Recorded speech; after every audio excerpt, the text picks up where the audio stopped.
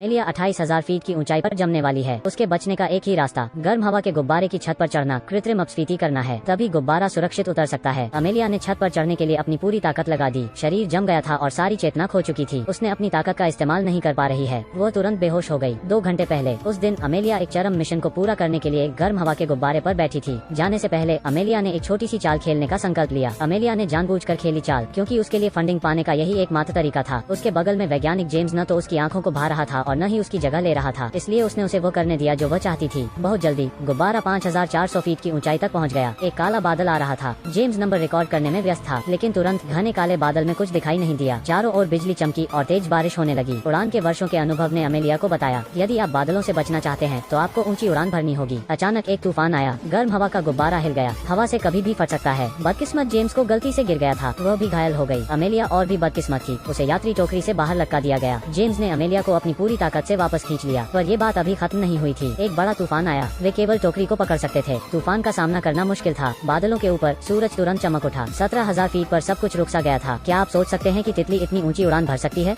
अनगिनत पीली तितलियों का झुंड गर्म हवा के गुब्बारे के चारों ओर उड़ रहे थे। एक नजर में ऐसा लग रहा था जैसे वे किसी परी कथा की दुनिया में हो। बहुत जल्दी उन्होंने 23,000 फीट की नई ऊंचाई पर उड़ान भरी। यह इतनी ऊंचाई है कि मानवता कभी नहीं पहुंची। बहुत हो गया, आप इसे कम कर सकते हैं। लेकिन यह पागल जेम्स फिर से ऊंची उड़ान भरने के लिए दृढ़ है। 26,000 फीट की ऊंचाई पर ठंडी हवा ने उन्हें बर्फ की मूर्तियों की तरह जमा दिया। थर्मल गर्म हवा के गुब्बारे भी बर्फ के गर्म हवा के गुब्बारे में बदल गए। जेम्स को ऑक्सीजन की कमी होने लगी। वो कांप उठा। वो कबूतरों को छोड़ना चाहता था, डेटा संचारित करना चाहता था, लेकिन कबूतर जम गया था। यह उड़ नहीं सका। उसने इसे नीचे फेंक दिया, लेकिन वो संतुष्ट नहीं था। वो अभी भी ऊंची उड़ान भरना चाहता था। वो सामान गिराता रहा, गुब्बारे का वजन कम करता रहा। अगर वे इसी तरह जारी रहे तो वे निश्चित रूप से मरेंगे। अमेलिया ने उसे थप्पड़ मारा और कहा, चलो नीचे चलते हैं, वेंट वाल्व जम गया है, अब क्या करना है? अमेलिया ने गर्म हवा के गुब्बारे के ऊपर चढ़ने का फैसला किया। कृत्रिम हवा निकालने के लिए यह खतरनाक है। जरा सी लापरवाही हजारों मीटर की ऊंचाई से गिर जाएगी। हजारों फीट की ऊंचाई पर हवा का तापमान केवल -20 डिग्री सेल्सियस है। अब हमें क्या करना चाहिए? गर्म हवा का गुब्बारा ऊपर उठता रहा। अगर ऐसा ही चलता रहा तो अमेलिया की मौत हो जाएगी। बिना किसी सुरक्षा के वो गर्म हवा के गुब्बारे के ऊपर चढ़ गई। केवल ऊपर चढ़ो, हवा वाल्व खोलो। अमेलिया सुरक्षित रूप से सतह पर लौटने में सक्षम थी। थोड़ी ऑक्सीजन के साथ अमेलिया जल्दी से सांस लेने में असमर्थ हो गई। दोनों हाथ भी चोटिल और खून बह रहा था। उसके बगल में एक रस्सी थी। वो उसे पकड़ना चाहती थी,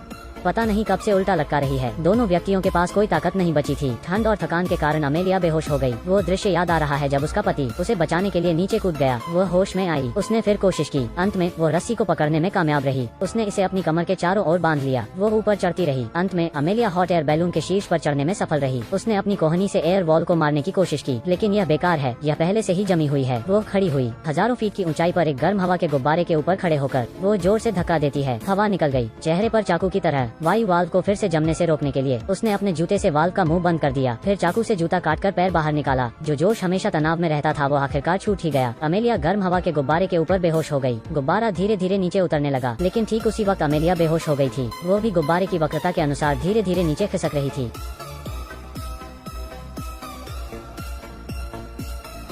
जब वो पास आई, उसने खुद को आसमान में लटका पाया। हजारों फीट की ऊंचाई पर एक गर्म हवा के गुब्बारे में उसकी जिंदगी एक नाजुक रस्सी पर लटकी हुई थी। भय और निराशा ने उसे तुरंत घेर लिया। उसने सख्त मदद के लिए जेम्स को बुलाया, लेकिन यात्री टोकरी में मूल रूप से जवाब देने वाला कोई नहीं था। शापित, अभी भी खुद पर निर्भर रहना है। ऊपर झूले पर क्या आप कोशिश करने की हिम्मत करोगे? अमेलिया ने अपने शरीर को जोर से हिलाया। एक बार फिर 2 बार। आयाम बड़ा और बड़ा होता जा रहा था। अंत में वो यात्री टोकरी के पास पहुंची। अमेलिया ने टोकरी में लौटने के लिए अपनी पूरी ताकत लगा दी, लेकिन वो अभी भी आराम नहीं कर सकी। उसने जेम्स को जगाने की कोशिश की और उससे कहा कि वे सुरक्षित हैं। गर्म हवा का गुब्बारा उतर रहा था। क्या वे उस समय वाकई सुरक्षित थे? आसमान में बर्फ गिरी। यह सपना जैसा था, लेकिन यह जीवन के लिए खतरा भी था। बर्फ के टुकड़े नहीं गिर रहे थे, वे चारों ओर थे। इसका मतलब था कि गर्म हवा का गुब्बारा बहुत तेजी से नीचे उतर रहा था। बर्फ गिरने की गति के समान ही इसकी गति बनी रही। इस गति से वे जल्दी से अपनी जान गंवा देंगे। तत्काल वजन घटाना जरूरी था। सैंडबैग फेंक दो, बॉक्स को फेंक दो, नहीं, कमीज को भी फेंक देना चाहिए। लेकिन गुब्बारा अभी भी बहुत तेजी से नीचे उतर रहा था। खतरे के क्षण में जेम्स ने एक उपाय सोचा। यात्री टोकरी फेंक दो। टोकरी सबसे भारी है। वो रस्सी को तोड़ते हुए तेजी से छल्ले पर चढ़ गया। हर बार जब तार काटा जाता है तो गुब्बारा थोड़ा झुकता गया। वे शीर्ष पर लटक गए जैसे कि वे गिरने वाले थे। अंत में यात्री टोकरी भी गिर गई, लेकिन यह काफी नहीं था। गिरने की गति अभी भी बहुत तेज थी। गर्म हवा के गुब्बारे की गैस खत्म होने वाली थी। अगर ऐसे ही चलता रहा तो आप जमीन पर गिर पड़ेंगे। वजन कम करने के लिए अमेलिया ने कूदने का फैसला किया, उसके पति की तरह जिसने उसे पहले बचाया था। इस तरह कम से कम एक व्यक्ति अभी भी जीवित होगा। लेकिन जेम्स ने उसे रोकने की कोशिश की। या तो साथ रहते हैं या साथ मरते हैं। जीवन और मृत्यु के क्षण में जेम्स एक रास्ता लेकर आया। गुब्बारे को आकार में रखने वाली रस्सी को काट दिया। गर्म हवा का गुब्बारा जल्दी ही पैराशूट बन गया। अंत में गति कम कर हो गई,